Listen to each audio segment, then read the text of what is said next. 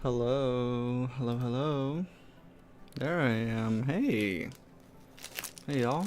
What's going on? Good morning. It is I'm up earlier than I'd like to be on a Friday morning. Usually I don't have Friday morning classes, so I'm usually not up this early, but um it's kind of like the most important day of the year for autistic people such as myself, and I'm sure millions of others around the globe today. Um, Man, I'm hungry, man.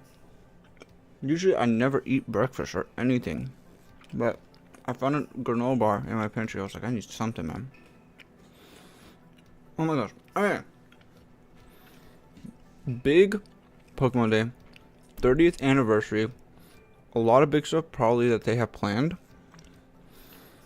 I've been watching a lot of stuff over the last few days about some of the leaks for not like necessarily the Pokemon Presents, but like things that have leaked recently about some of the Pokemon company's plans and stuff.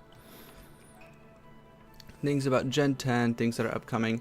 I didn't watch like too much on it, but I kind of got like a little taste of what some people have written. And then I've watched a lot of stuff like either recapping past Pokemon days, or a lot of things of people making their predictions or talking about what they want to see or what they want certain games to be like what they want Gen 10 to be like, what they want Gen 10 to be like, what they want Gen 10 to have, all that type of stuff. So there's a lot of stuff there that I think could be very interesting. And so with that said, I'm very excited, but I genuinely have. I was gonna say I genuinely have no idea what they're gonna show. I know at least some things that they will show, right? So speaking of, let's take a look at our bingo cards. Right? Let me. Is this it? Yes, these are the bingo cards. So yesterday we went ahead to a bingo card maker and put in a bunch of stuff here, and then we downloaded some duplicates, so we have like a bunch of random ones here. So I'll probably randomize a number between 1 and 8 to pick a bingo board to use for this morning. But I'll just recap what we've got here, right? So we have Gen 10 just showing up and being showcased at all. Anything highlighted with the green background means it's super likely to happen, right? So Gen 10 Masters EX code or giveaway or whatever for their like 5.5 anniversary, whatever year they're on. Just any news about Pokemon Champions, Ishihara showing up at all, Cafe Remix having a new Pokemon or dish, Free Space obviously in the middle, Pokemon Sleep having any type of presence, and some kind of Pokemon Go event or Pokemon that's coming in, right? Yellow ones are less likely but could still happen, right? So Gen 10 starters being showcased, Wind and Waves actually being the names of the game, any type of just footage of Gen 3, a new or remade spin-off game, any mention of TCG or VCG or VGC, some type of collection of old games being ported, new Pokemon and Unite, or just a Pokemon Champions release date. And then the red squares are things that I think are most likely just not going to happen. They could, but more than likely not, right? I put Breloom on there. I just like my guy to show up. He's my favorite little guy, so I gotta represent him. A new Pokemon Mystery Dungeons game or Pokemon Mystery Dungeon Explore Sky Time Darkness remake. Gen 10 Legendaries being shown off. The next Legends game being shown off for tease. Anything HD 2D. GSC remake, whether that's like Let's Go, like Gold and Silver, Let's Go SB Number. I don't know what they would do with that, honestly. Or a Black and White remake, right? So that's what we've got. Man.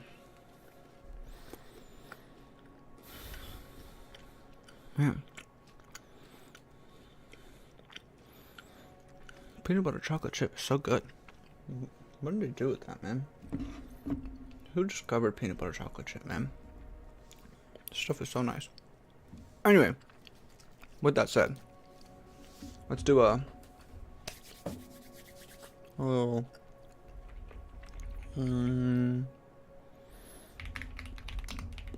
random number generator. We got a minimum of 1, max of 8. We're going to roll 3 times, and the 4th time is going to be the number we choose. Alright? Alright, let me make sure my mouse is on. Alright. 1, 2, 3. Go. 3. Okay, yeah, I guess I did randomize to 3. I started on 3, and then I closed my eyes, so I wasn't sure if 3 was actually the one it selected, but I guess it was. Alright. I think. Roll a die. Wait, I want to roll a die. Wait, that's way cooler. Wait, take away that one. Wait, roll a 1, 2, 3, and then this is the one. 5. Okay, 5. We will do the big old number 5, which is this one right here. Well, this one looks kind of difficult. So this board is a little difficult because it's got my reds kind of spread out in a line. So getting anything vertically is going to be challenging. I think my best luck would be getting the bottom 2 rows. That 4th row really seems like it could happen if we get a Champions release date and any mention of VGC, which will probably come with Champions. We could clear out that row. Bottom row as well is a little bit more difficult, but could happen. We could get an up and down if they like do Gen 10 legendaries and remake or make a new spin. This could be rough, but all right. So okay.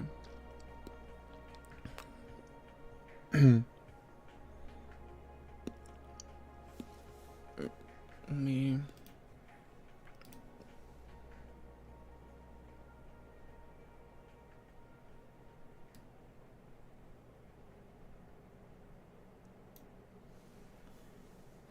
That's why. I want that.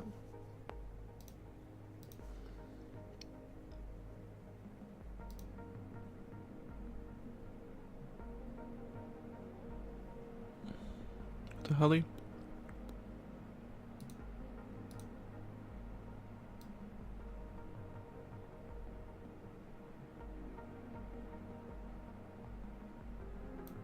There we go.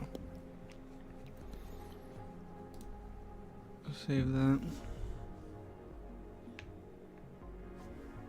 We're gonna save that picture. Sorry, I'm saving a picture of this bingo board so I can open it up. We'll put it. Where's my? Is it in stream stuff? Here we go. All right. PKN Day 2026 bingo card. That's what we've got. All right. So now that we've got that. Okay. Wait, let me see.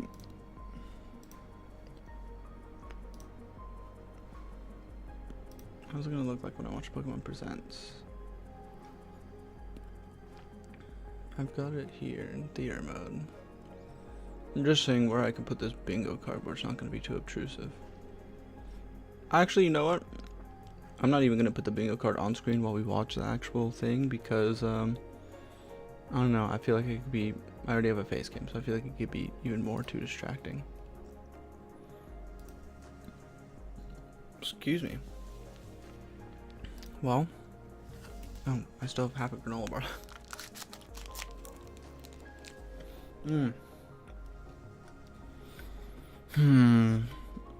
So,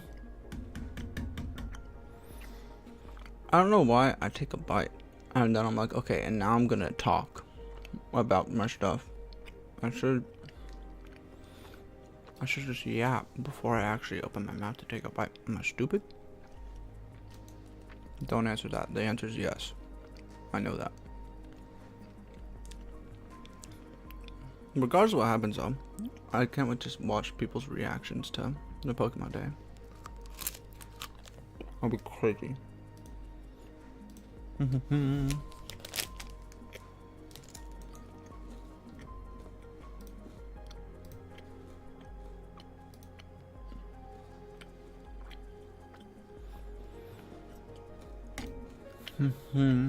Alright, we're almost done.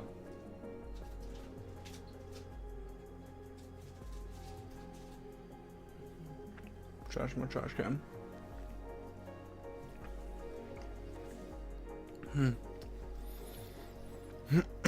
Alright.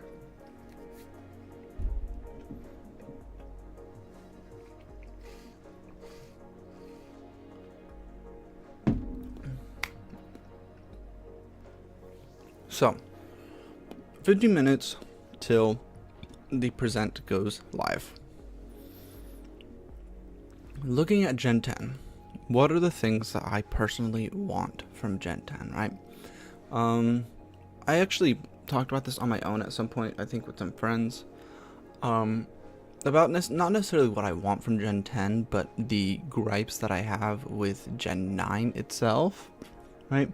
I think there were a lot of things that Gen 9 did good for the franchise, and a lot of ways that it expanded into new territory that is in the right direction.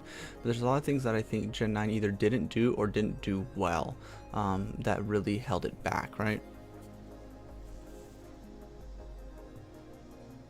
Was this Tunic soundtrack? Anyway. So, Scarlet and Violet I quite enjoyed, right? For all of its flaws and failures, I did enjoy the game, right? And I found some value in just kind of like doing some grinding, doing some replay of it, but not to the extent of a lot of games, right? I think there are a lot of Pokemon games out there where I have had a lot of replay value out of them, or I have had a big amount of reason to kind of just stay in. Yeah, I guess just like keep playing the game and keep getting value out of that, right? Let's take something like Heart Gold and Soul Silver, or like Emerald, right? I think have like a good amount of like replay value. Despite like, yes, they are a little bit more linear. Heart Gold Soul Silver is just a big enough game where there's replay value just due to the amount of content that it has, and the different, especially mid game, where you can kind of do some of the gym leaders in different orders to make some different replay value and switching up your team, right? I mean, inherently switching up your team is always an incentive for replay value, right? And I think that's one of the strengths of Emerald, of being able to play with a bunch of different Pokemon and use a bunch of different guys on your team. Gives that a lot of replay value. Then you have games like Pokemon Platinum, which while they have replay value, they also have a big incentive to kind of just stay in the game and keep playing, right? With a lot of the post-game content that it has.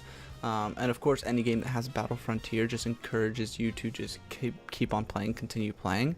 And so those games really, not only do they have the replay value encouragement, but they have the, like continual play encouragement as well. And that's something that I didn't get a lot of actually from Scarlet and Violet, right? There was some incentive, like, okay, you have DLCs to come out. That's obviously incentive to play and do those. There's like Terra raids and like just like grinding stuff, or like shiny hunting, competitive Pokemon making. Like it's like, yeah, but like replaying the game. And it's crazy for a game that's like labels itself open world and you can do the gyms in any order or do this and that. It actually ends up having such a little replay value because of the lack of level scaling in the game, right? I think that's one of the biggest things that actually hurt this game, is that it didn't have level scaling, right? It didn't scale the gym leaders or any of the trials or anything to where you were at in your badge count, or your team's average level, right? Like if the game says that I have 2 badges and then I go and fight Grusha for my 3rd gym leader, it should appropriately scale their team and their level down to a 3rd gym badge type level, right?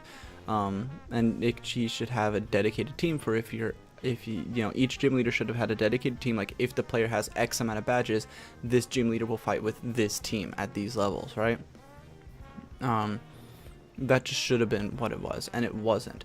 And so despite the fact that the game labeled itself on that, it was difficult to do anything really out of order without making some part of the game difficult for yourself or grindy, to either like level up your Pokemon to there or to fight a gym leader way before you're supposed to, and then you come back to a gym leader that should have been earlier, and then you just cakewalk them, and then you don't really get the satisfaction from playing it, right?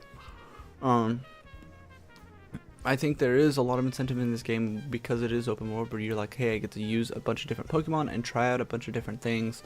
But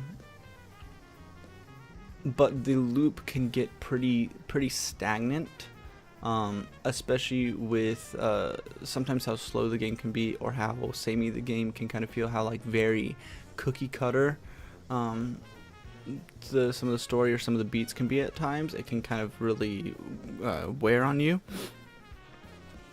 And so I just didn't find myself replaying this game as often. And I think one of the biggest reasons for that actually was the lack of any extra intrigue in the world, right?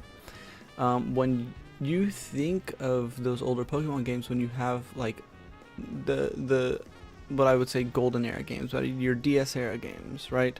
I'm gonna count Gen 3 in this as well, because you technically, that's how I played them, because you could put your GBA cartridges into a Nintendo DS to play them, right? So it's like, you think of like Emerald, Platinum, Black and White 1 and 2, things like that, right?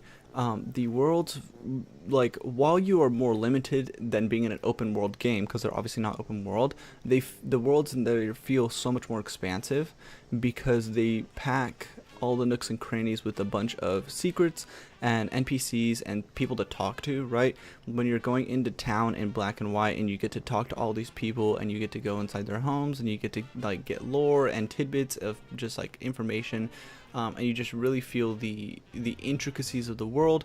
When you're going in Hoenn and you are exploring all these routes and the things and that people have to say about them, the lore that is embedded with the region, finding all these like extra secrets hidden behind like little HM nooks and crannies, right? Going up a waterfall just to find like an item, or to, you know, and going to Meteor Falls to find a Bagon, stuff like that, right? That really makes the world, despite the more limited scope, it makes the world feel a lot richer and a lot fuller. And that was one of the things in Scarlet Violet that I didn't get, because outside of the towns and cities, the world of Scarlet and Violet felt very barren. It was literally just like it was just biomes, and in those biomes it didn't really matter what they had in there. Like, they didn't really have anything in there. It was just, here's your lake area, and here's your snow area, here's your like kind of autumn area, here's your grass field area, here's your rugged area, right? But within those areas there wasn't a whole lot of landmarks or intrigue to be had there. And so it felt very stagnant. There was no like, oh, you know, I'm going to go explore these nooks and crannies. I'm going to go explore like this, or like I have to go to this dungeon like in Oras, where you have like that shipwreck. And it's like, there's no like, oh, you know, I'm going to go explore like this kind of like dungeony type area, or like this lore-filled place. Throughout the region, there's just kind of these copy-pasted towers and ruins. But those don't hold any intrigue, because they don't really expand on it whatsoever. Outside of a very baseline type thing. And on top of not really expanding on it, it's just the same assets over and over. They don't have like a bunch of extra anything. And so there's not extra stuff out in the world in these biomes to do. It's just, hey, go to this biome. Doesn't the biome look different? Aren't there different Pokemon here? Yes. The end. There wasn't stuff in there that made it really special. It was just the fact that it was a different biome that made it special. And so the world ended up feeling very stagnant and flat and boring. And even when you got into the towns and cities, it also felt like that, right? The NPCs looked very stiff. They didn't, like, their dialogue just was like much less up to par, right? When you I think of the difference between Scarlet Violet dialogue and ZA dialogue, right? Where the ZA dialogue, even though the NPCs are still very similar in concept, they just feel a lot more lively and intriguing, because not only the dialogue they have is just more fun and engaging or silly or whatever it might be, but there's a lot of side quests in that game that really help supplement this, which Scarlet Violet didn't have, and it really needed to have side quests in an open world setting. And then the towns of Scarlet and Violet, I mean, you couldn't go into anything, you couldn't really do anything there, you could kind of just roam the streets. I mean, the shops, you couldn't even go in the shops, it just pulled up a menu. Like, there was, despite the world feeling so much bigger in scope, the world felt so much more limited in its splendors and its wonders. And its, right? I would much rather have a more limited scope of game that felt rich and that felt like it had a lot of depth than something like Scarlet and Violet, which felt more expansive but a lot more shallow, right? And so I really hope that with Gen 10, they're able to keep that expansive type of feeling from an open world game, but to give it more depth, right? I think if they just better design their cities, honestly, are like the weaker of the issue, like, but that's not the lesser of the issue. The biggest thing is making the entire region feel cohesive and intriguing, and give me reason to explore and exist in every nook and cranny of the region, and not to make it feel flat and boring like the Paldea region did. And then to really adapt side quests and interesting NPCs, because those will help to flesh out and supplement all that stuff, because that's stuff that really was notable, especially after playing Legends Arceus and Legends ZA, and then going back to Scarlet and Violet and playing for a bit. It's so noticeable how shallow the game feels without those bits of content, right? And so I think that's my biggest thing, right? Because you can have a lot of quality of life additions, you can have a lot of core gameplay experiences. There's a lot of things that you can add or detract from the game that will affect, how good there's a lot of things that I still do want, but I think that honestly is like aside from like make the game, make sure the game runs well and that it looks nice or at least presentable, like at least, but like aside from that, it's like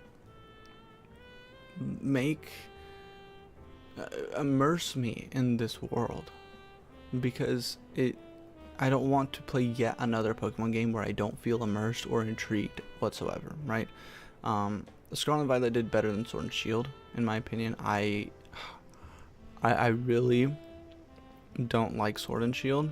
I think Sword and Shield is very good as a like beginner's first Pokemon game. Like, I think if you're gonna play a Pokemon game for the first time, like Sword and Shield and like Let's Go are like really easy for people to get into. I feel like for a small child, make them play Let's Go, because it's just how simple and intuitive it is. But like if somebody's like, I just want to get into Pokemon, I need something like simple or easy to just like get into and just dive into, like I feel like Sword and Shield is like one of those, right? And so that's fine. But I mean, aside from that, I mean, the game is so lackluster. I'll do a Pokemon game ranking actually probably after the Pokemon Presents, just make it an annual thing, but really just to see on where I feel with all the Pokemon games right now, because yeah, I think we're trending in the right direction right now, but they really need to step it up for Gen 10, because we can't keep taking baby steps in the right direction. And I feel like that's kind of what they've been doing, that they've been taking baby steps in the right direction, but they're not making leaps and bounds in the right direction where they need to. And so because of that, we are not the end goal of the kind of quality product that we want to receive is shifting further and further away every year, because as standards get higher year by year, and they're only taking baby steps to get there. And so the goalpost, they're never closing the distance to the goalpost, because they are moving at the same time, rather than the goalpost, yeah, probably moving, but they're making leaps and bounds to arrive at that goalpost. And I feel that they really need to fucking hammer that in. So anyways, it's 8 o'clock on the dot. 7 o'clock on the dot, I need a crack rock. And the premiere will begin shortly, so I'm gonna pull up my screen, and I'm gonna make sure my hair is okay to put on my headphones, because my hair was wet because I showered right before this.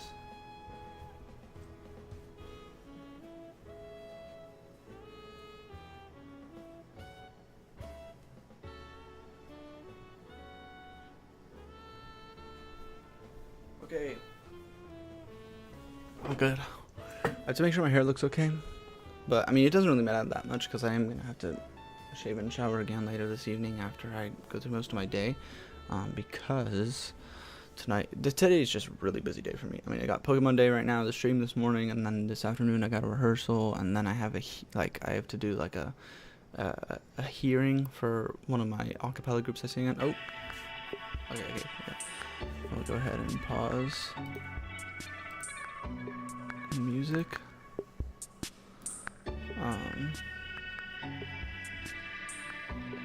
Okay. I am gonna keep the YouTube volume this high. Well,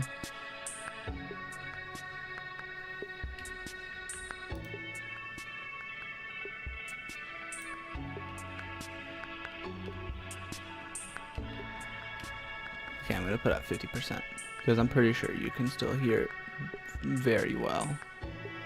But from what it looks like you can hear it very well. Oh shit, they skipped ahead in that timer. Alright. Chat, let's lock in. Full screen. Why are the captions on? Oh. Game Boy.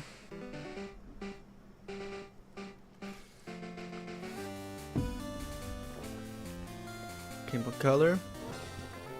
Game Boy Advance. There's Gen 3 footage. Cross that off. Gen 4, Gen 5, Gen 6, Gen 7, Gen 8. And then Gen 9. Okay, well there's Gen 3 footage, so we can cross that off. Look at all those games. Look at all those games. Hello everyone. Hello. I'm Ishihara from the Pokemon Company. There's Ishihara. Cross it off the board. February 27 is Pokemon Day. Mm-hmm. This is the date the Pokemon Red and Pokemon Green games were first released in Japan, marking the beginning of the Pokemon series. In those first two titles, 151 Pokemon made their appearance. Now, turn off my ceiling fan, sorry. 1,025 Pokemon. Wait. That's Breloom. That's Breloom. There's Gen 3. That's Breloom right there. Okay, we can cross Breloom off the board. Holy shit. This year marks the Pokemon series' 30th, a milestone reached because of your support. There's TCG on the left. Each and every one of you. VGC on the right. I hope you will all enjoy seeing how Pokemon. I don't know if I count that as a mention, but it is there. Well, we'll see. In today's broadcast, we'll share all the latest news about Pokemon. Give it to me, bro. Please enjoy the presentation. That I will. I just turn the volume to 100, man. Oh, I'm so excited. I'm so excited. I'm so autistic. Okay. Red and blue.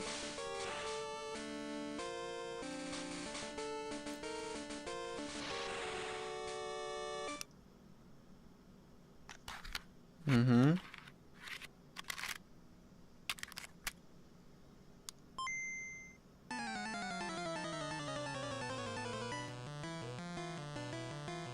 $45 songs, 45 cartridges? Oh, are they doing like a little like game music collection now? They're doing. I'm Junichi Masuda, Hi. and I handled the music and sound effects for the Pokemon Red version and Pokemon Blue version video games. You can now play all 45 songs from the games on the small player inspired by the Game Boy system. We took particular care to make the audio sound just like Game Boy, so I hope you enjoy listening while swapping out cartridges. I think that's interesting. Not the most practical, but it is interesting. There's so many little cartridges, bro. What's up, Pikachu?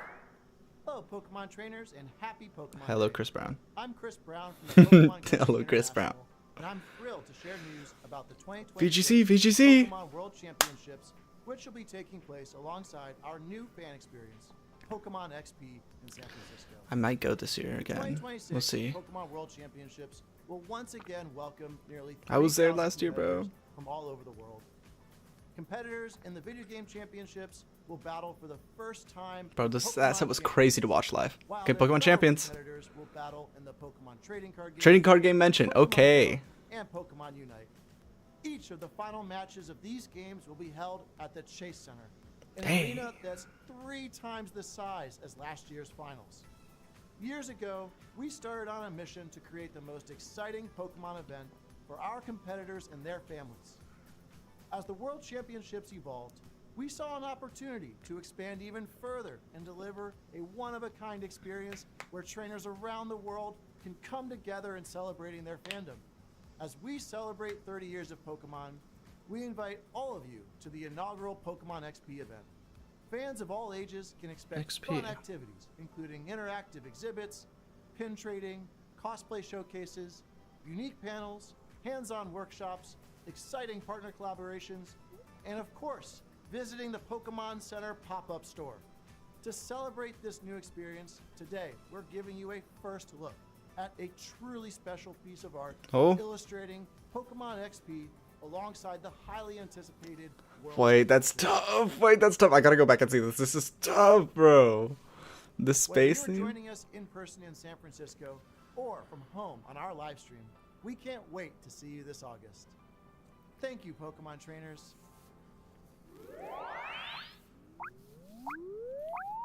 What's next? TCG? Alright. Okay, OG Pikachu? OG Charizard? Okay, wait, hold up. It's like, just like OG like legendaries and mythicals. What? I had the card when I was little, bro. Oh my god. Are they bringing back like all these heavy hitter cards? The song low-key hitting though. Oh. The future?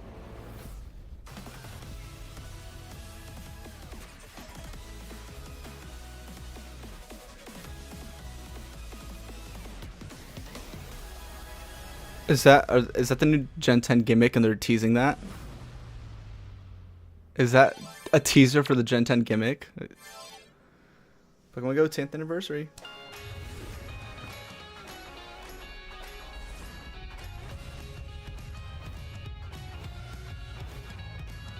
Look at all these guys.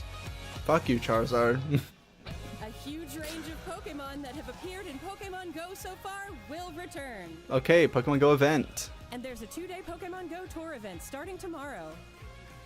We also have a promo code to share. But that was so short.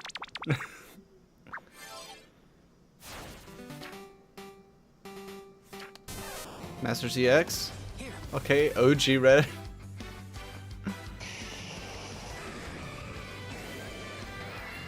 That's kind of fire, bringing OG Red. I don't play Master CX, but Let your curiosity shine! Like a twinkle in the sky!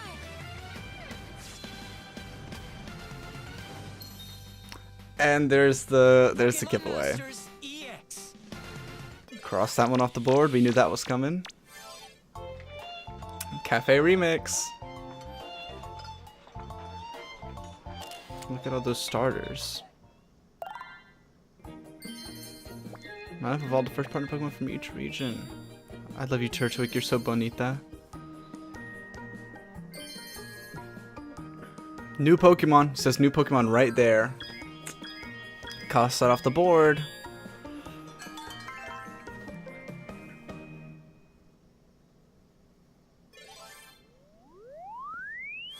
Pikachu's decorating. Pokemon Sleep mentioned. Alright, cross that off the board. It's Mew. Hello, Riolu.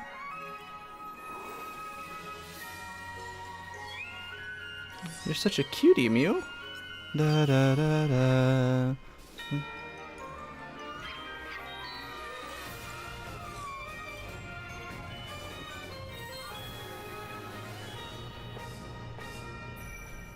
Begin tonight.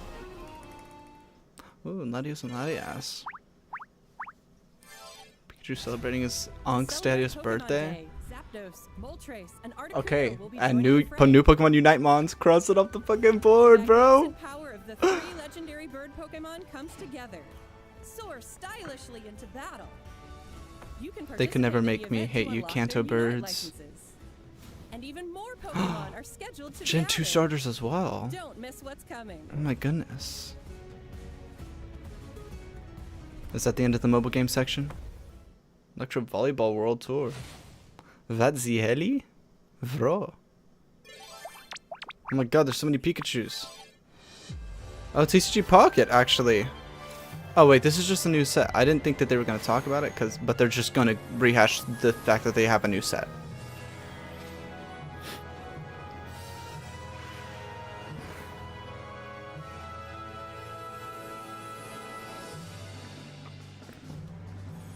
Yeah.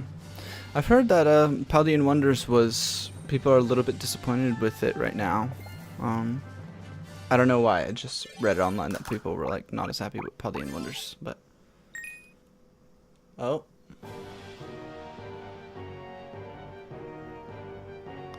Bro, what? Oh my gosh. Finally.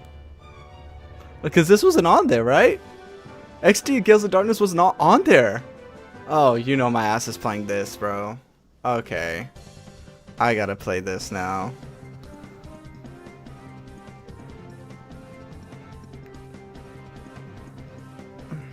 Oh my god. I really thought I'd never see the day where they actually, like, did anything with this game ever again.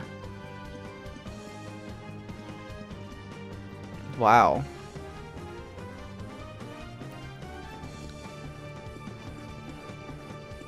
That's fire. March 2026. That's cool. Hello. Hello everyone, I'm Utsunomiya. Utsunomiya, bro. I was forgetting his name yesterday. That or last time, yes, when I streamed. Yeah. No, Wednesday. As we share the latest news on our games. Okay, it's just First original off, 151 in the we have background. information regarding the ZA Pokemon starters Fire bottom Red left, version and and Pokemon Ditto on the Leaf right. Green version Okay. games Ditto on the coming to right. Could be Nintendo Gen 10 Switch. gimmick. I don't know. The Pokemon Fire Red and Mhm. Pokemon Leaf Green games. Yes. Remakes of the Pokemon Red and Pokemon Green games in Japan Yeah, huh? were released on Game Boy Advance in 2004. This is a true fact. I Today, was born in that year. These games have been made available to play once more as download exclusive titles on Nintendo Switch and Nintendo Switch 2. This is a true thing that you did. This is real and true. We also plan to make these titles compatible with Pokemon Home. in Okay, the they have a future. link between Pokemon Champions This and way, Pokemon you Home. can Who bring gives a fuck Pokemon about Fire and and Leaf other Green? They got a Pokemon link between RPG Home and series titles Champions. on adventures with you. Or you can send Pokemon to visit I will Pokemon also say, Champions. Fire and Leaf Green, We it's hope about you time look that they forward started to it. porting older games onto the Switch. They need to do more, but... Next, we have some news about Pokemon Champions. Chat, we're set. This is the important one. Okay, tough guy. Biker class.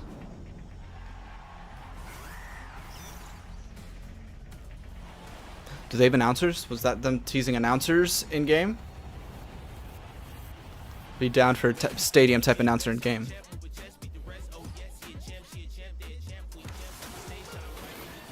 Okay, Mega Delphox. We knew Megas were in there.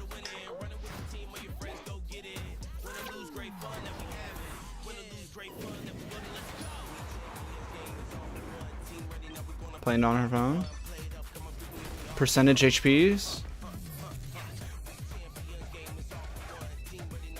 Every single person there. Okay, that's a lot of fast frames, so we might have to go through that.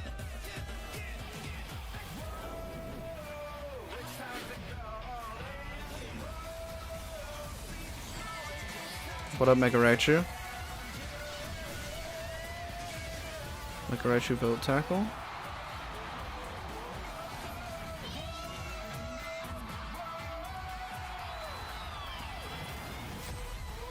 Okay. April! Mobile version later.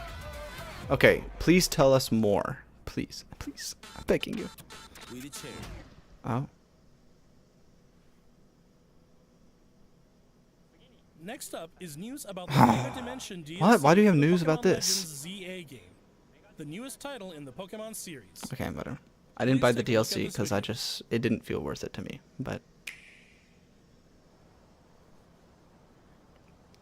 if you show me more character customization, I think I might be in for it. But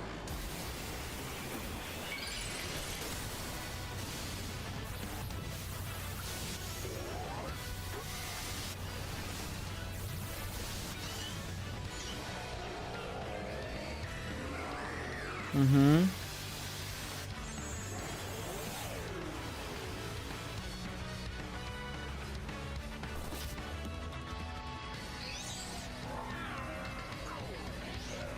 Mm-hmm.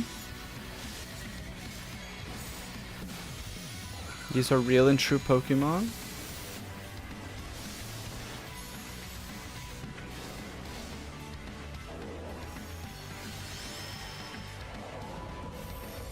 There's the Garchomp Z.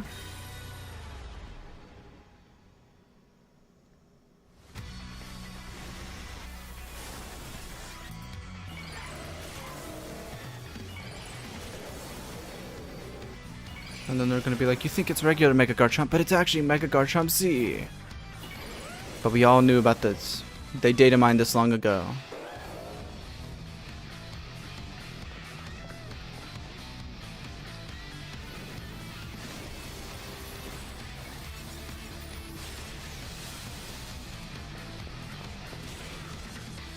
Special attacker.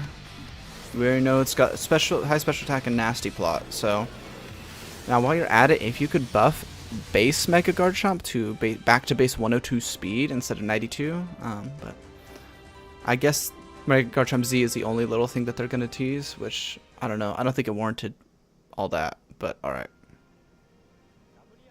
A new Mega Evolution of Garchomp. Mega Okay, Garchomp don't Z yap about has this. been Go back to discovered. Pokemon Champions and yap about that, please, bro. This mystery gift will become available for the Pokemon Legends ZA Mega Dimension DLC after this presentation concludes. After claiming this gift, you'll be able to detect a special hyperspace distortion where you can encounter Mega Garchomp Z. You can obtain a Garchompite Z stone by winning a battle against Mega Garchomp Z in the special pocket of hyperspace. All right, bro. All right, bro. Next up, we have some news about Pokemon Pokopia. Okay, I have not really kept up with this game a whole lot, but I'm hearing good reviews on it right now. So this might be a purchase for yours truly. Maybe I'll ask for it for my birthday or something.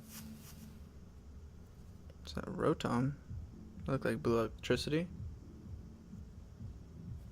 Wait, who's got the EDM in the back, bro? New Rotom form? New Rotom form just dropped? Holy shit, what?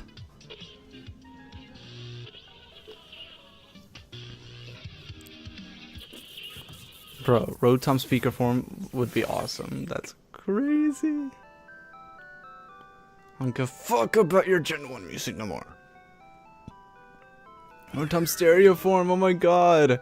Yes! Is that He's so curious looking goated. stereo of Rotom? Please put this in mainline games Did it now get too. enticed by the music and hop inside?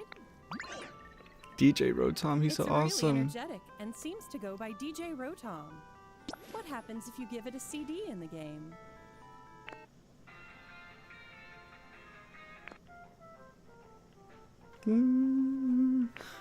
It can help liven up the town with a variety of music. Look at Ditto all and these the little others are guys. grooving to the My beat god. too. Let's The listen Volbeat to shaking his DJ booty Rotom's right there. specially selected That tracks Z-Heli? while I introduce you to the world of Pokemon Pokopia. Okay, yeah, but can you turn off the Gen 1 music, put on some real music? Thank you. Sorry, I have to hit that Gen 1 First slander, but I encountered can. Professor Tangrowth in a wasteland that was once a town. Mm-hmm. This Seems like is Ditto is working alongside other Pokemon to develop the town. a true and Wow, real thing. You're sure fired up. This is Of course, you can't give your all on an empty stomach. It looks like Riolu wants something to eat too. But how do you cook?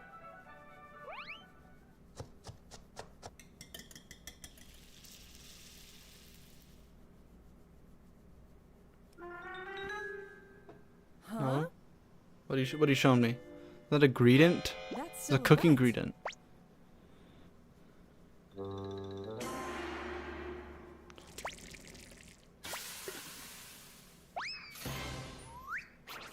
Oh my god. Michelin star over there, alright. A gradient appeared. It sounds like everyone calls it Chef Dente. Chef Dente. Chef Dente can teach you how to cook all sorts of dishes. That's all Dente. Each Pokemon has different foods they prefer. Some dishes will even power up your moves when you eat them. This will make Ole it mole. even easier to develop the town. try bringing Pokemon you've befriended on an outing. In multiplayer mode, you can visit other players' towns. Oh. You can play with up to 3 other people. You can bring a little friend First, with you. let's play some hide and seek. I wonder where everyone's hiding. Ah, there you are. There's someone here, too. But where's the last one? Holy shit, they got prop hunt. Whoa, Holy shit, they got you can prop hunt. transform into objects, too. Bro, That was a fun game Pro of hide prop and hunt seek. Pokopia? Oh, that's kinda... By working together, you Building a can fucking even Ditto build house? something this big. Alright, bro. Not the Ditto house.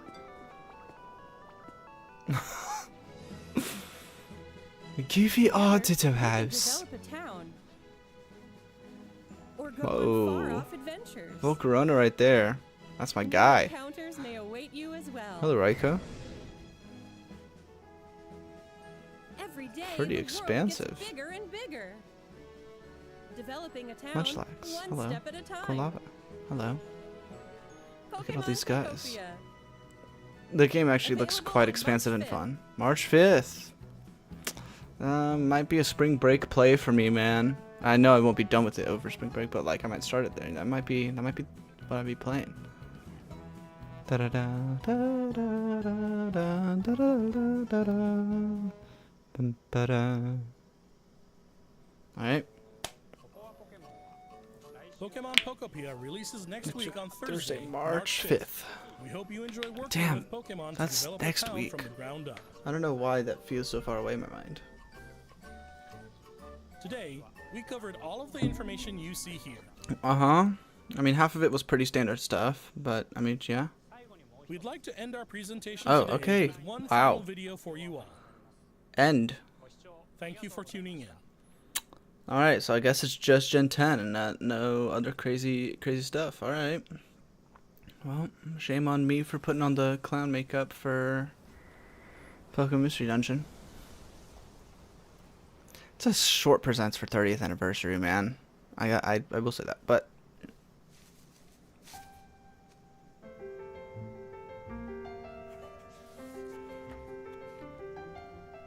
that's gold and silver. That's Gen 3, this Pokebox. That's Gen 4. It's capping up and we're at 216. Gen 5. Please let this be an old games collection, brother. Please let this be an old games collection. Wait, this hit one last time. How does this tie into Gen 10 then? Why are they showing Pikachu everywhere, bro? Oh my god. There's Pikachu in his next game. Holy shit, you're so fuzzy.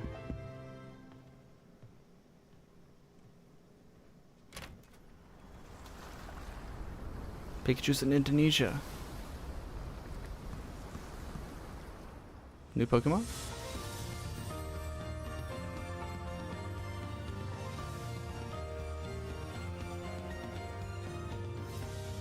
Okay. They're dripped out?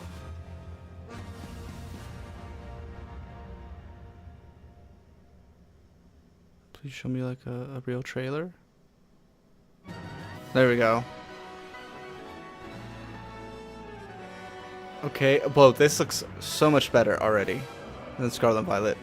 The textures and everything, the graphical quality, that tower looked cool as shit. Okay, okay, I see you. Whoa, the water is watering. Oh my god. Ledian? That guy? Hello, Pikachu. You're definitely in the game. That is a quick animation. I like that. Oh no, Toxapex is back. Sorry. As long as it doesn't have Scald. It's already bad enough. Oh. Stomach turn. Starters, Gen 10 starters.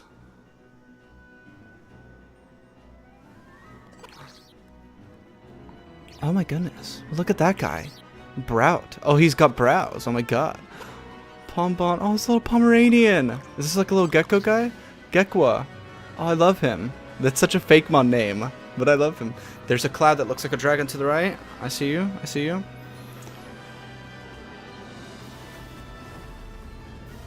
Diving? Oh, underwater routes? Hello, Furlish and Jellicent. Luminion, Tynamo. Finally, Tynamo in the water. It's the biggest revolution of Gen 10 is that they put Tynamo in the water. Is it Wind and Waves?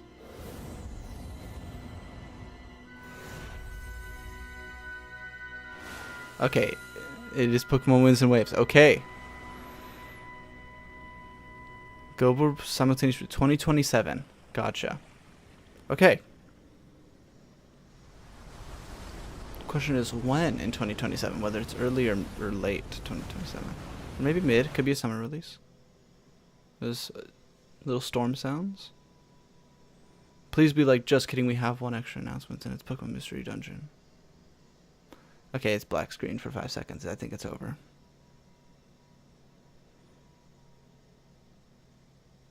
It's over. Ugh. Ah.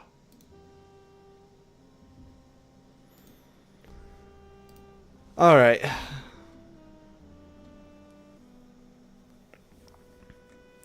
So, all things considered, I think as the Pokemon Presents, it was decent, but it was definitely not as much as I expected for a 30th anniversary, right?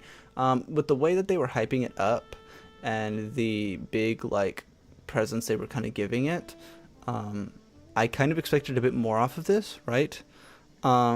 If we think back to the Pokemon Presents we had a few years ago where they were like, hey, like we've got this, and we're also doing BDSP, and we're also doing Legends Arceus, and they kind of like stacked a few things on there, right?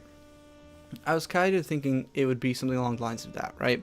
Where it'd be like, hey, like, here's our usual like mobile and continual games little section, and then like news about Pokemon Champions, and news about like this other special thing, and then like, oh my gosh, we're gonna be making or remaking this spin-off, and then like here's like a big like project, and then here's Gen 10, right? Like I kind of expected like a bit more, honestly. I think I got my hopes up a little too high.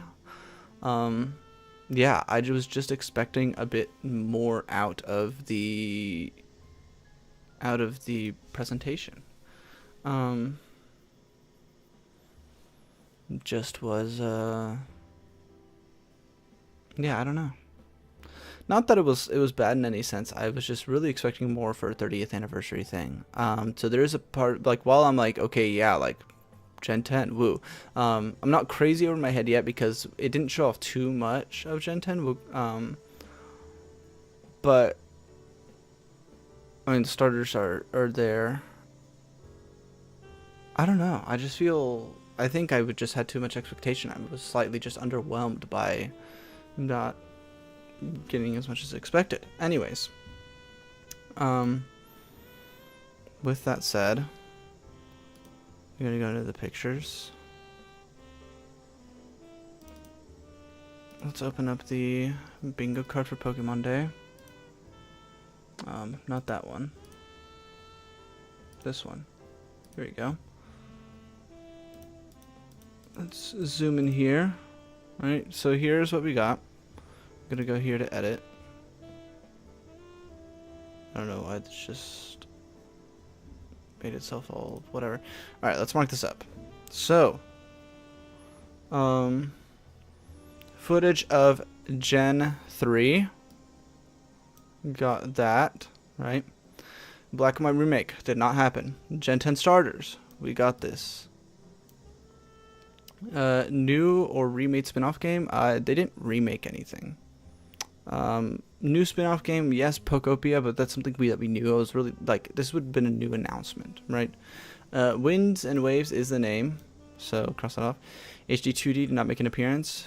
Pokemon Mystery Dungeon 2, Breloom was there. Masters EX did have a code giveaway. No new PMD. No GSC remake. Gen 10 though, yes. There's a free space. Gen 10 Legendaries may have been teased very, very, very slightly, but it was not there. No Legends game. VGC mentioned, yes. Pokemon Go event. Cafe Remix New Mon and Dish. Champions release date, they did announce April 26th, so a couple months away. And Champions News, so there's a bingo. Pokemon Sleep was there. There are new Unite Mons. There's not an old games collection, unfortunately. They did mention TCG, and they did get Ishihara. So, with that, just got a purple. That is a big bingo across the 4th row. Kind of like I said, I think the 4th row will be easiest to get, and we got that. We also actually got a diagonal as well. That was a really bad. Can I backspace something? That was also really bad. Okay, I just gotta hit the corners, bro. Corner. Okay, there we go. So you did get that. Almost got one in the middle, but we didn't get an old games collection, so just didn't happen. Yeah, that's my only. Could have also had one if they did a PMD2 remake.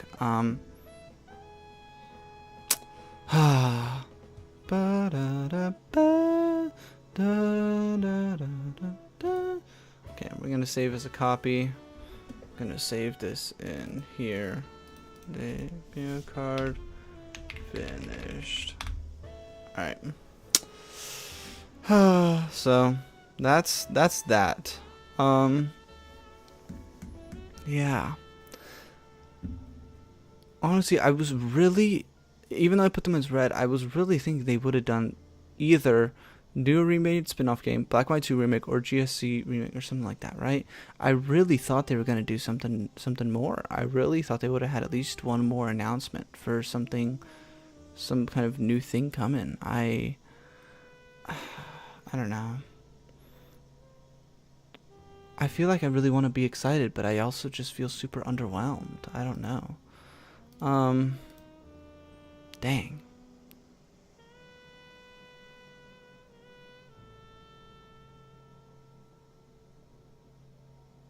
I gotta... Well, I'm gonna go back.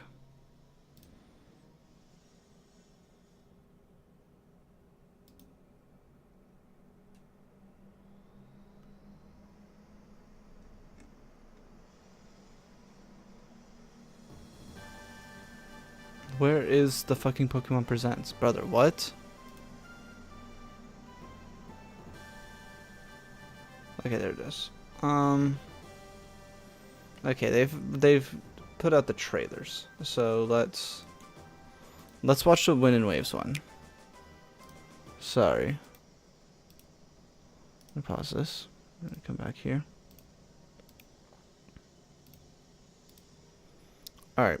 Let's take a look at the Wind and Waves trailer and see what we can see. Who said that they didn't expect it to Oh, okay. They were expecting it to release next. Yeah. No, I agree. I agree with this commenter right here. I was not expecting it to release next year and not this year. I'm glad they're taking their time instead of pushing it out for early marketing purposes. I agree with this. I am happy that they're going to take their time with this. Yeah, and they can really let it cook, and we can get a really fantastic game.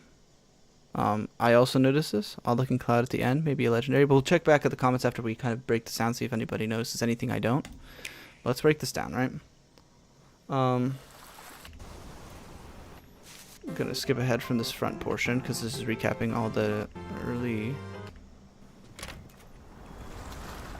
So the leak said that this region was based off of Indonesia, which I am inclined to believe based off the setting and the look of the region. We got these little outfitted Pikachus. I don't know why they got outfits, but I mean, sure, I guess.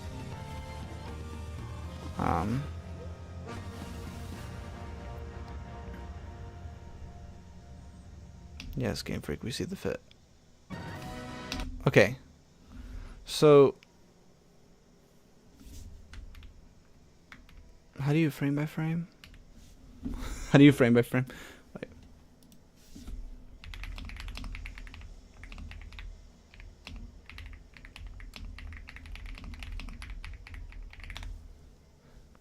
How do you do? Comma. That's what it is.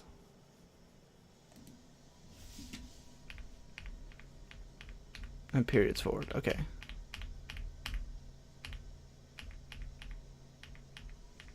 Okay, so starting off, right, just looking texturally and graphically, the game looks much, much better than Scarlet and Violet. And I think it's the most obvious with the rocks. The rock texture actually looks like rocky and feels like it has some depth and some texture to it, right? As compared to the, I mean, Scarlet, Violet, rock texture, like...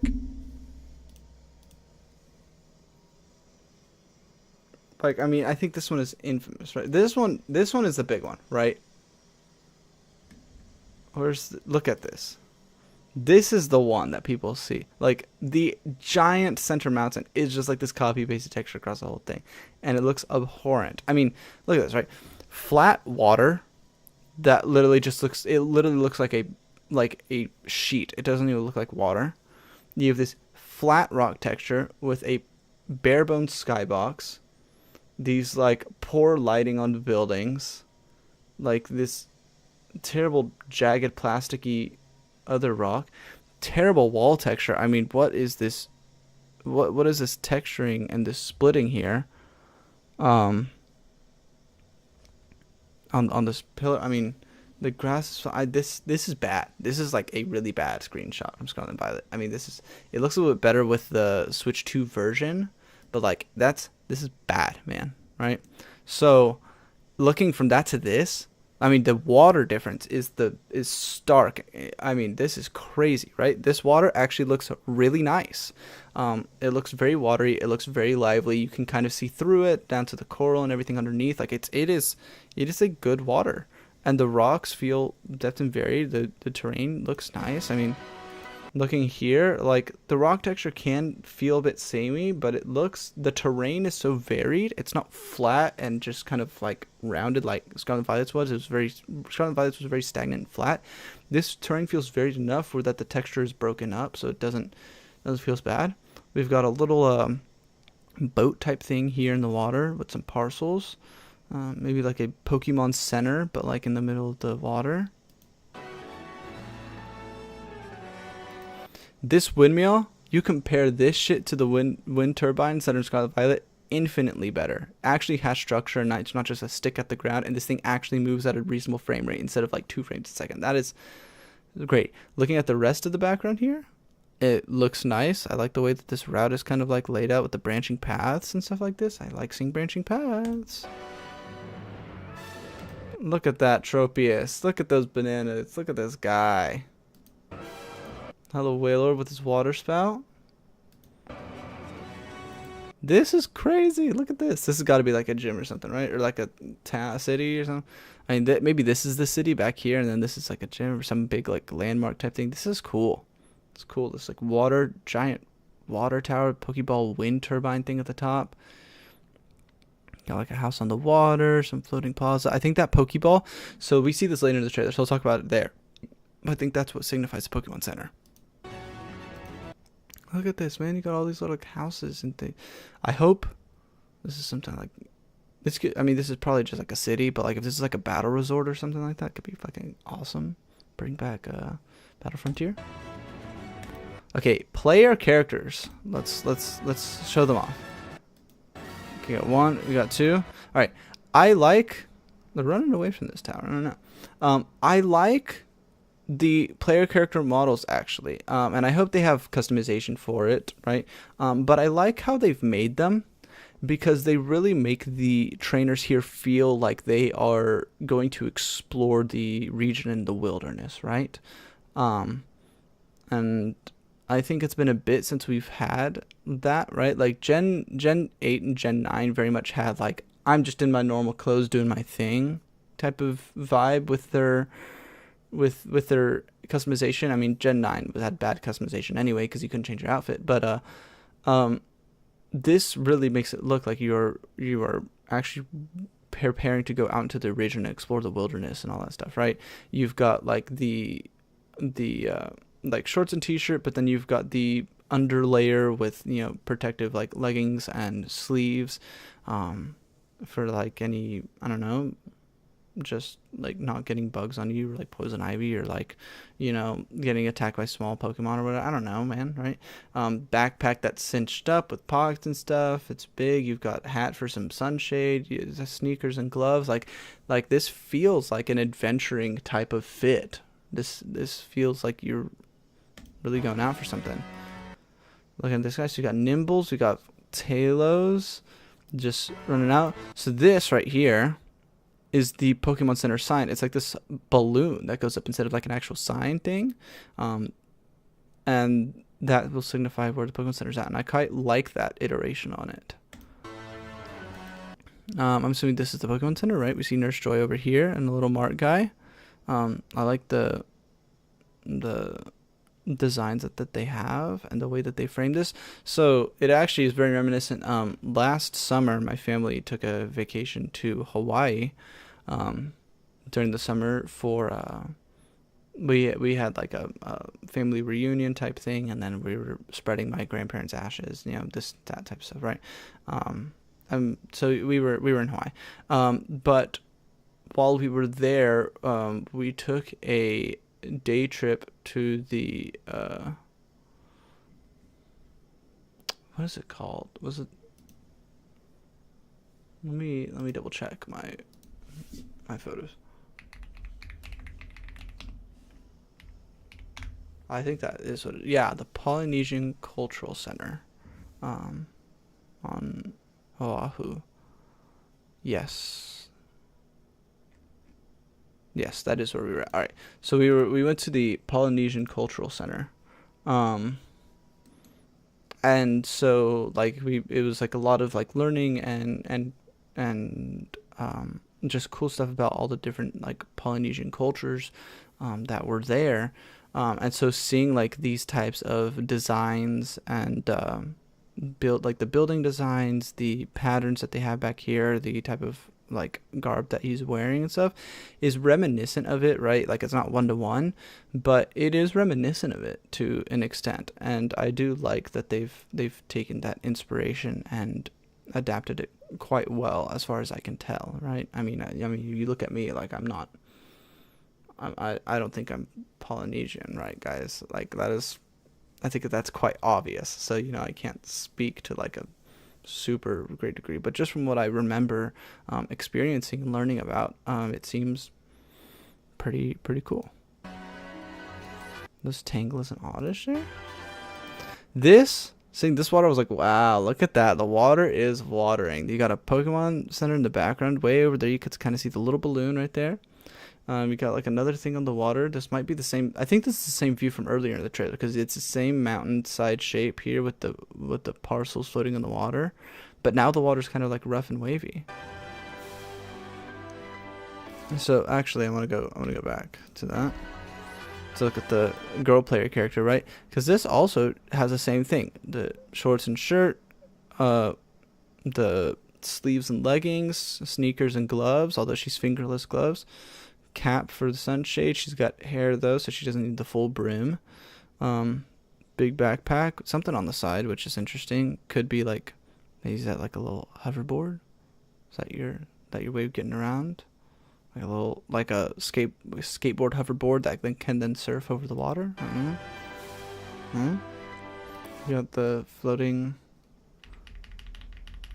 Oh. Go back, bro. Go back. Ugh. There you go. Like these floating houses that they have here. Very cute. Little Pokemon Center right there. Town square, some more houses over there. Kind of just like these sprawling kind of villages. I hope that they, I don't know. My only thing is there's so many houses, but I hope they let us actually go inside or anything.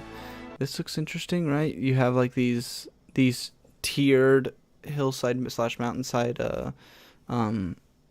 villages where you can see they kind of got like paddies or farmland here. This tiered farmland, which is something that is very common, right? So I like that. With this like valley in the middle here, you got some houses here, and this like writing on the wall, which is cool and interesting, and lore. Got Ladybug and Ledian. Got Slugma. I love how Slugma looks here, right? He's so lit and ignited, right? And also you being in this fire area with like lava coming down.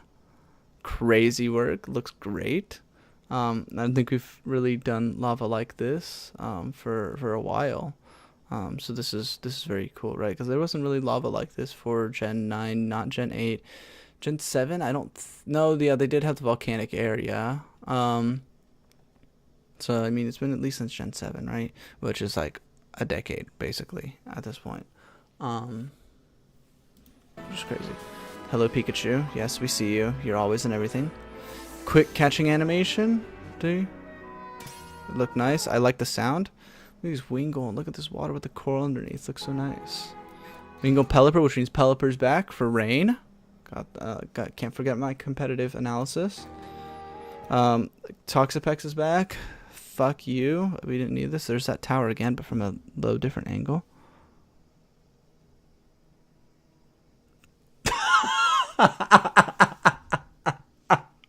My brother just texted me. He says, so my dad for like several years has, because our old dog passed away several years ago, and my dad for the last little bit, he's like, you know, if we get another dog, like I want the dog to be like a lap dog, because our other dog was like a medium-sized dog. He liked to like sit on the couch with us occasionally, but like he definitely wasn't a lap dog. Like he's a sit next to you type of dog, right? And my dad was like, I kind of just want a lap dog, you know, that I can sit in my recliner with, and he can just sit in my lap, and I can just, you know, take a nap with him and pet him or watch TV with him, or blah, blah, blah. So we're like, okay. And he kind of has flip-flopped on what type of dog, but I think lately he settled on like that crusty white dog type of dog, you know? Not like the curly hair one, but like, it's like...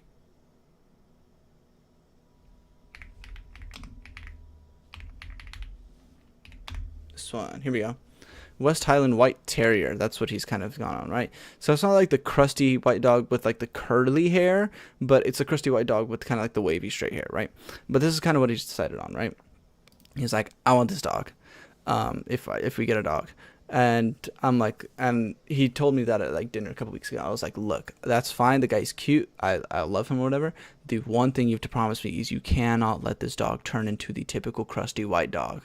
And he laughed and he was like, that's what your brother said. He said the same thing. I was like, see, like I'm telling you, man, don't let it turn into the crusty white dog. My brother just texted me, tell dad that his crusty white dog is now a starter. Coming off the fire starter, bro. That's so funny.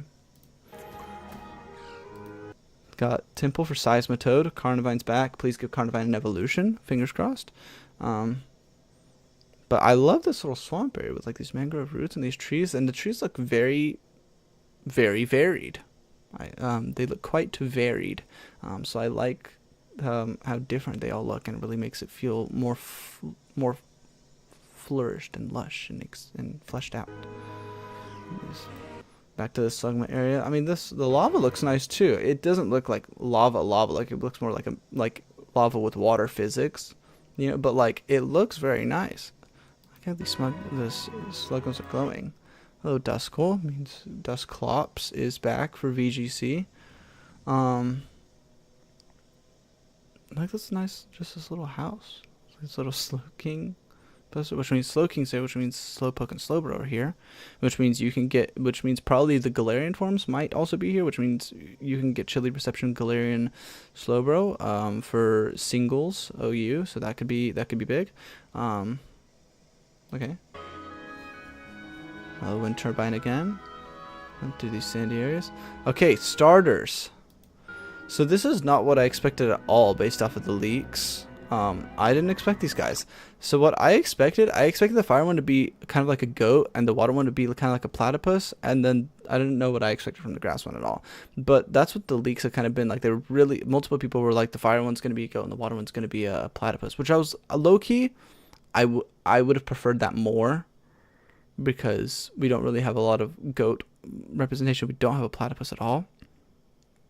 And we already had Sobble in Gen 8, which was kind of like a amphibious lizard type water starter. So it's kind of interesting that they went with it again. So looking at them though, I think they're a good group. You got this grass. I'll go one by one, I guess.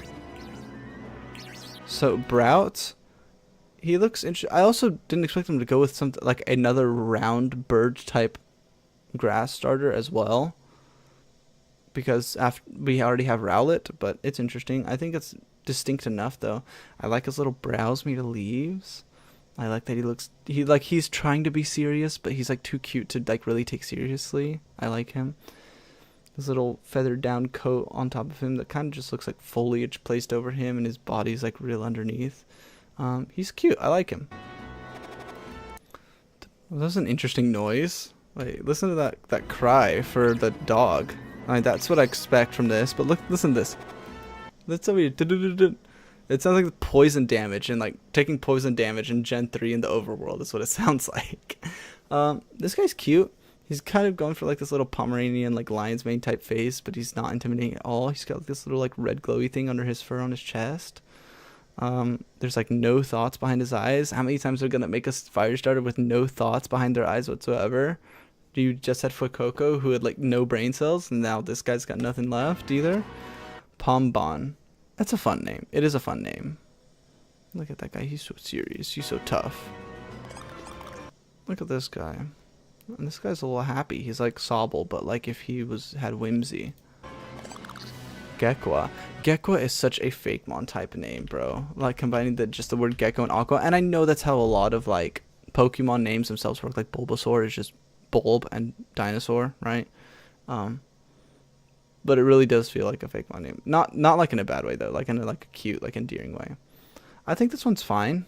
Little water drop on the head. It's got a big ass fucking head though. Like those eyes are fucking huge, man. I feel like this thing is so top heavy it's gonna like trip forward because its head is so heavy.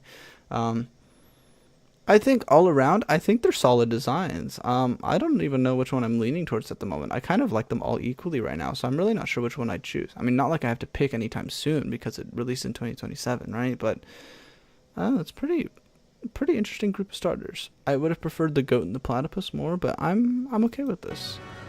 The water sure watering here. Dragon-shaped cloud. Could be teasing something. Could be teasing legendary, like a sea serpent type legendary, right? Just thoughts, right? Because for waves, have a sea serpent type legendary, and then for wind, have some kind of aerial dragon type legendary. Maybe it's like a sea serpent and a sky dragon. I don't know. And then they go in the water. Teasing underwater exploration. I mean, look at that. That is a definite pathway. So the underwater routes and underwater exploration. Very excited. Hello, Luminion. You're never forgettable to me. I love you. Look at this. I love how the way the Luminions actually are illuminant. They kind of like have this faint glow around them. I love that. Kind of same way Slugma kind of glowed. I like how the ones that are supposed to go kind of glow. The biggest revolution of all time, actually having the Dynamo, actually having them in water. Who would have thunk?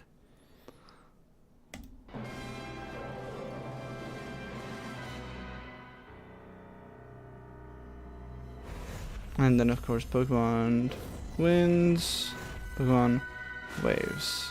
And they kind of have like this little like,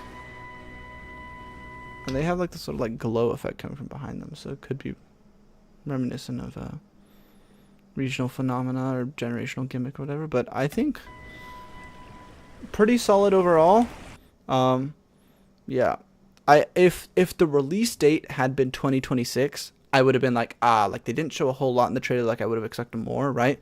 But it's releasing 2027, so I'm okay with this because they still have a lot of time to slowly trickle out like hype for this game. Like, oh, here's like some more info, and here's another Pokemon Presents where we show a bit more trailer, right? Like they've got time to show off more, right? If this was like we're releasing, holiday 2026, I'd be like, all right, well, are you not going to show me any other new Pokemon or anything else with this region, But they got time, so I think that's good. Let's take a look at the comments. Let's see what people have to say. But yeah,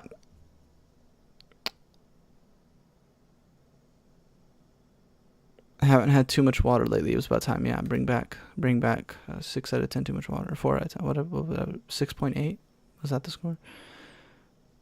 For the first time ever, I can say a modern Pokemon game looks good graphically. I can agree that this game actually looks pretty darn good graphically.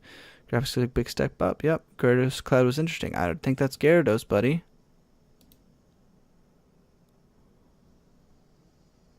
Very excited to play Pokemon Winds and Waves. This is true.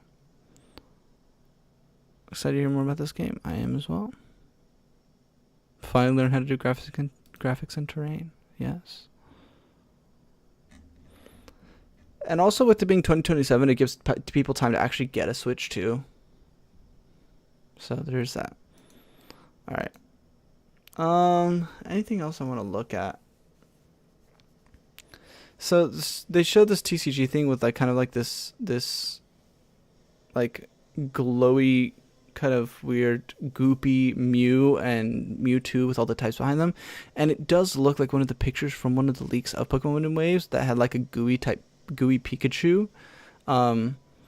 Could be related to the Wind and Waves generational gimmick. I don't know, but they said this was also releasing like in 2026, so maybe it's too early to actually do that. So I don't know. Pokemon Champions, I don't think it. I would have loved for them to talk more about this, just especially because it's releasing in like a month and a half. So I really would have expected more to be shown off there rather than just being April 2026. But I guess that is what it is. Wind and Waves in Brazilian Portuguese. That's nice. Really, that's it though. That's all I really. That's all, man.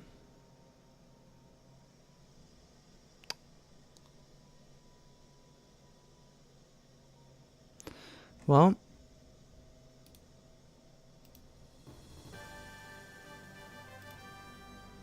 that's all for that.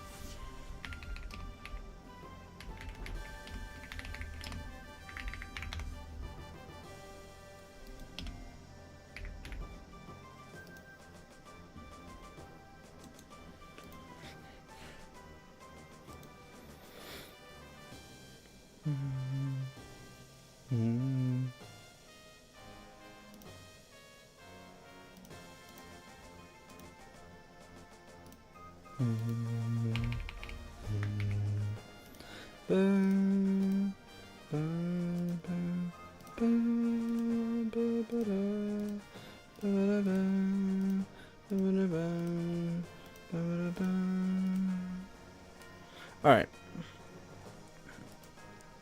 I'm going to tier list. So I want to talk a bit about the games now. See where we're at feeling as of Pokemon Day 2026.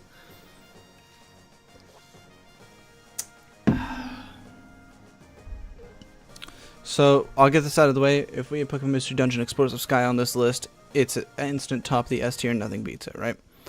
Let's talk a little more. So start at the top, right? Original red, blue, green with yellow above it.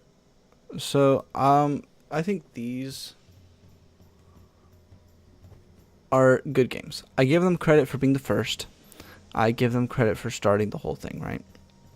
They are very messy and janky and are very bare bones and terribly balanced. But they are the genesis, so I will give them that. Gold, silver, and crystal. Honestly, it's hard with these ones because they don't have they have a lot of the issues that Gen 1 has, where they are kind of janky. They are terribly balanced. Just have trouble standing on their own, especially because Gen 2 as a region, Johto as a region, regionally is cool, but within their Pokemon and its identity, Johto at this point in Gold, Silver, Crystal, it feels less like Johto and more like Kanto expansion pack, right? And it's really hard for these games to really stand on their own, with all their issues, right? Now, Fire Red and Leaf Green, I will say, they make the improvements where they have to, and they are a little bit better balanced, just a little bit better made, and just end up being better. Ruby, Sapphire, honestly, honestly, actually, Ruby Sapphire kind of B tier, whereas Emerald makes up for all its mistakes and gets to S tier for me. Diamond and Pearl, I will say this, like, are rough on their own. I'd say that they're better. Like Diamond, and I love Gen 4, but Diamond and Pearl like are rough, and it really, really, really needed Platinum to make up for it, because they have like a lot of the distribution of Pokemon, the game engine itself. I don't think it's actually so bad that it's C tier, right? But they are rough, like the decks, the engine, the balancing decisions that they make. Like there's just some things with this game where it just kind of feels like, you know, like you have a lot of you have the foundations there, but you didn't really capitalize on it. And then Platinum comes along, it's like, all right, we're gonna fix up a little bit of this decks, we're gonna introduce a little bit more for post game for the main story, and then they're like, all right, and then fuck it, Distortion World 2, and yeah, that's just cool. Heart Gold and Soul Silver, I think, fix a lot of the issues that Johto has, and actually makes it feel like its own region rather than just Kanto expansion pack. I don't think they're perfect by any means, but I think they are really, really good, and they have a lot of content and value to playing them. I just think they're very solid. I think Black and White 2, and then you have Black and White. Up here at the top where I have Gen 4 over Gen 5, I think on paper, I think Gen 5 is just the better game overall, but I am always just a Platinum Gen 4 diehard, and so my bias puts to Platinum above, but if I'm going to be objective, I would say Black and White are just better games, right? Yeah, I think Black and White 2 are just very solid. I mean, Black and White probably has the best, main line story. I'd say like Black and White and Scarlet Violet have the best like mainline game stories. I mean, Pokemon Mystery Dungeon, Explorer's Sky, you know, most of Pokemon Mystery Dungeons beat them out the water in that sense, but especially Explorer's Sky. I think they're just really well made. I mean, graphically, I think this is some of the best that Pokemon just like ever looked. I mean, Wind and Waves looks really good, so I think out of the 3D style, obviously Wind and Waves is the best out of look. But like, I genuinely think that like Black and White, out of all the games that have released so far in the Pokemon series, I think Black and White 2 is the best that Pokemon has ever looked, period. I don't think there's been anything in the 3D era that has matched up to it properly, which is a shame, because you'd expect, okay, we're in the 3D era, so you have to capitalize on that, and you have to, I don't know, do something with, like, give us a reason for why we went into the 3D era, rather than just, we got to go into the 3D era like everyone else, right? Give me a reason for why that had to happen, and make the 3D era look really, really good. But there hasn't been anything yet from the 3D era that gives Black and White 2 a run for its money. Oras, I think Oras is just very solid. I'm not really gonna elaborate too much on a lot of my stuff. X and Y, I really am not a big fan of these games. I think the story is bad, the world building is not that good, there's just so much missed potential and just wasted content. It really needed a third version to flesh itself out, because this whole game just feels underbaked and underfinished. None of the characters feel particularly interesting, or because I feel like they try to do too much. It felt like Scarlet Violet, where they tried to do like a lot of things at once, but it was just all very shallow. It didn't have depth. Like the rival characters, like who fucking cares about them? Like they had too many of them, and it feels like they just don't matter whatsoever. They didn't capitalize enough on Mega Pokemon in their own story. They didn't capitalize enough on their own Gen 6 Pokemon in their story. This is also the point where a lot of the issues that people have with like quote-unquote modern Pokemon game issues really start to make themselves known here, right? Where they started babying the player, making games way easier than they had to be. Yeah, it just is just really not great. I don't know why Let's Go's all the way over here. Y'all need to go buy Sword and Shield. Sun and Moon, I think they're fine. I think Ultra Sun and Ultra Moon are a little bit better. They're the games that I have the least experience with, but I have played them. I think they're just alright, but I just don't think they match it to like the ones up here. I will say, Sun and Moon, I will put here. I think the big thing that keeps it from original Sun and Moon from going above Ruby and Sapphire is just the way that Sun and Moon treats the player. It's like that modern Pokemon game effect where there's just like so many hand-holding moments, so many moments where the game tries to baby you, and just not a lot of replayability factor because the cutscenes get in the way. And I know a lot of people are like, oh, the cutscenes, and they rag on it, right? But people rag on it for a point. Like, it really does wear on you, right? Especially doing replays on this, and you're just like, oh my god, man, like, I need to skip cutscene button on this because it is too much, right? And especially when you have Ultra Sun and Ultra Moon, which are just honestly just better. It's like, man, I want to play Sun and Moon because I play Ultra Sun and Ultra Moon because those just feel better. Let's Go Pikachu and Let's Go Eevee, I think are just very, very solid. It's just like baby's first Pokemon. I think it's fine. Sword and Shield, I fucking hate these games, bro. I fucking hate them, bro. They've introduced some of my least favorite Pokemon of all time. The games don't really look that good. They don't really play that good. The region is probably one of the worst designed things. I mean, like, there have been a lot of regions, and every region has its issues, but I mean, at least X and Y had an interesting layout for its region. This thing is a fucking linear line to the end, bro. Sword and Shield fucking cheeks, bro. It's like Dynamax is fucking stupid. And then it had to go ahead after all that and be like, yeah, and we're introducing Zamazenta and Zacian, and we're gonna introduce Urshifu, and we're going to introduce Calyrex riders. And it's just like, alright, well, if you just introduce the worst fucking bitches of all time. Like, oh my god. Okay, whatever.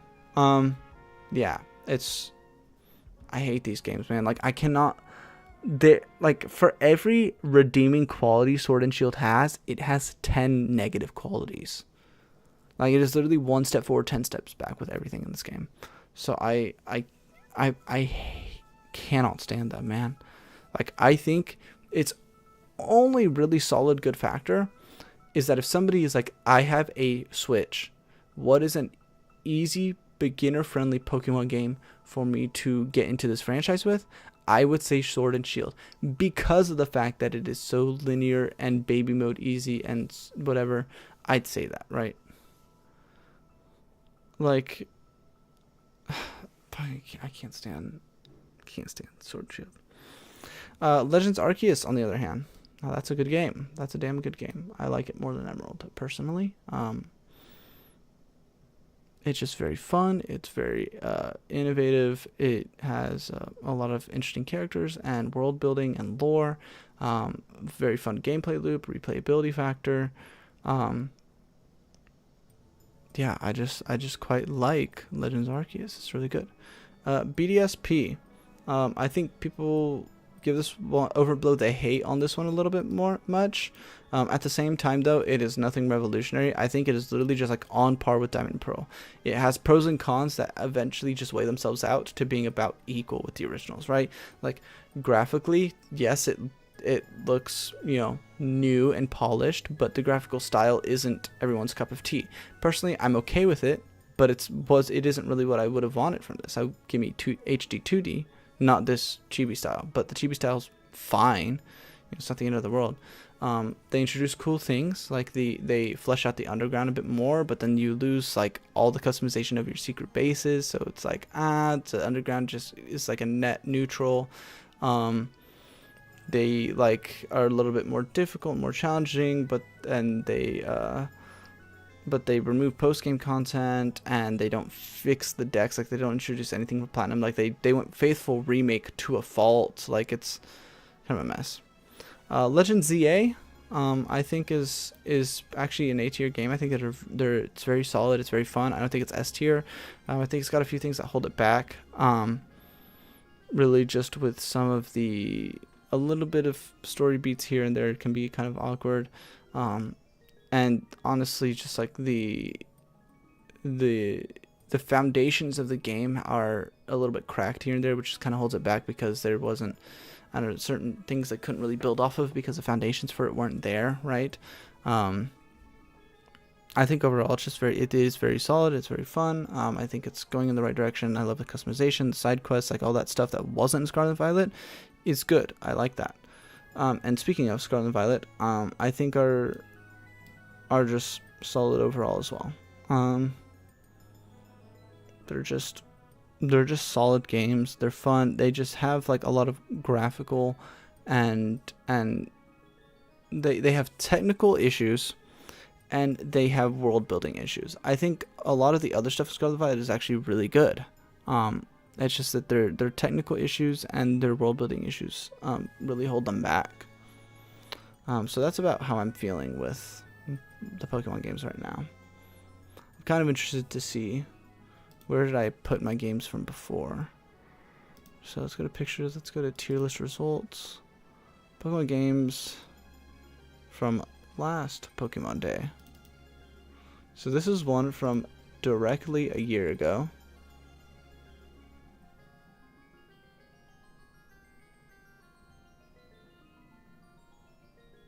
Let me put these side by side, actually. I want to put these side by side. Okay. Actually, I'm going to save download this. Download image. Okay. Well, not that.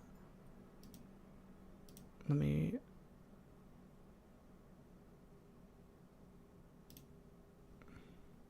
Pictures. Copy. Oh. I'm going to paste.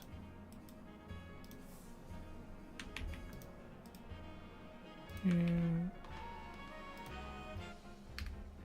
227.26. There we go. There we go. Okay. There you go. Give me a moment.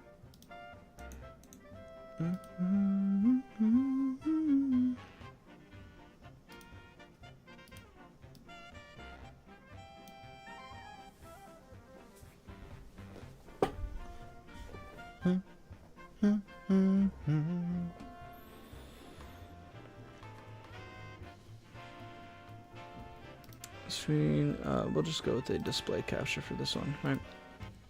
Alright, so looking at the tier list, my F tier is the exact same with Sword and Shield in the F tier. That's not different. My D tier has actually changed. I've moved X and Y below Gold, Silver, Crystal now. My C tier, actually Crystal has moved down into my D tier. It wasn't my C tier before.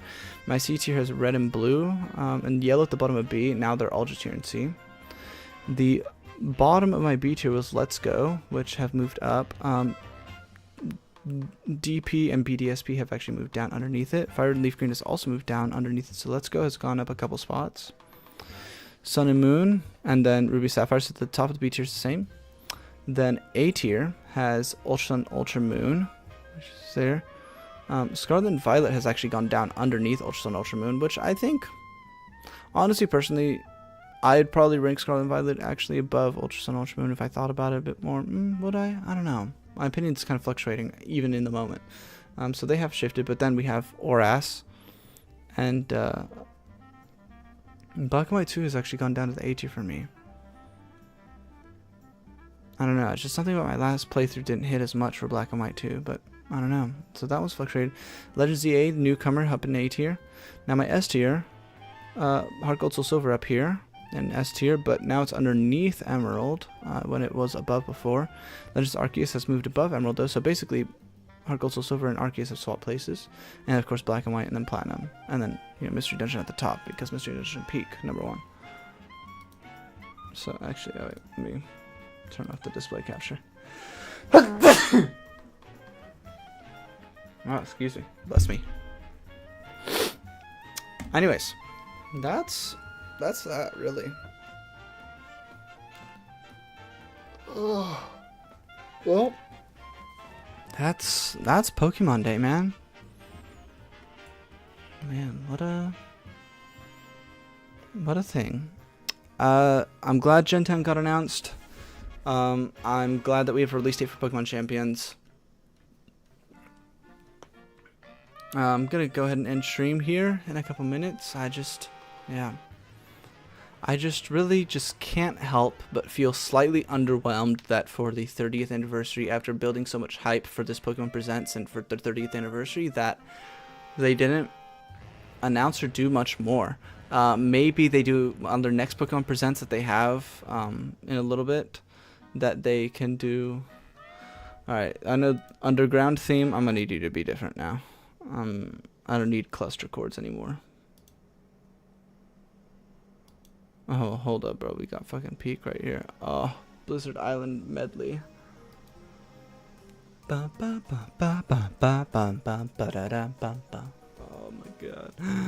I love Blizzard Island medley. Dun dun.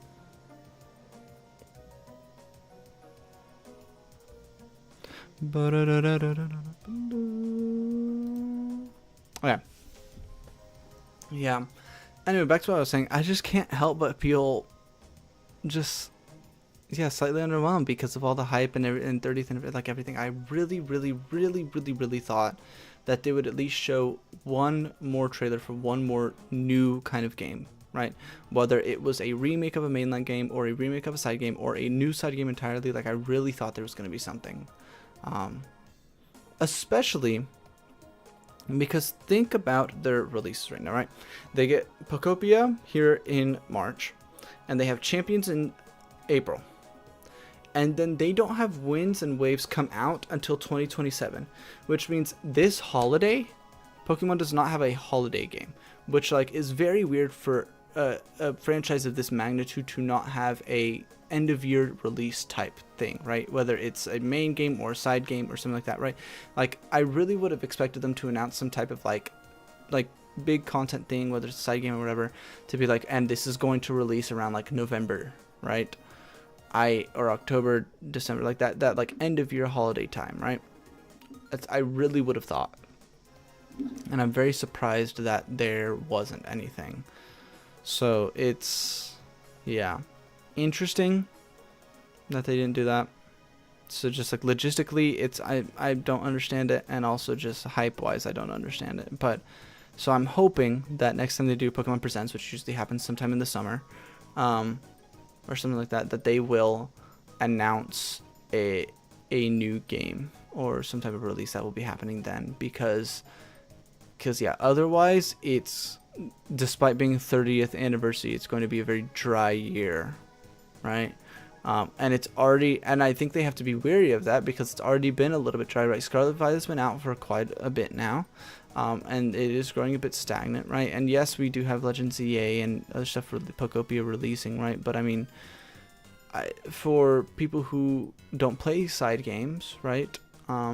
It might be like, it's like, I don't know, right? Like it's,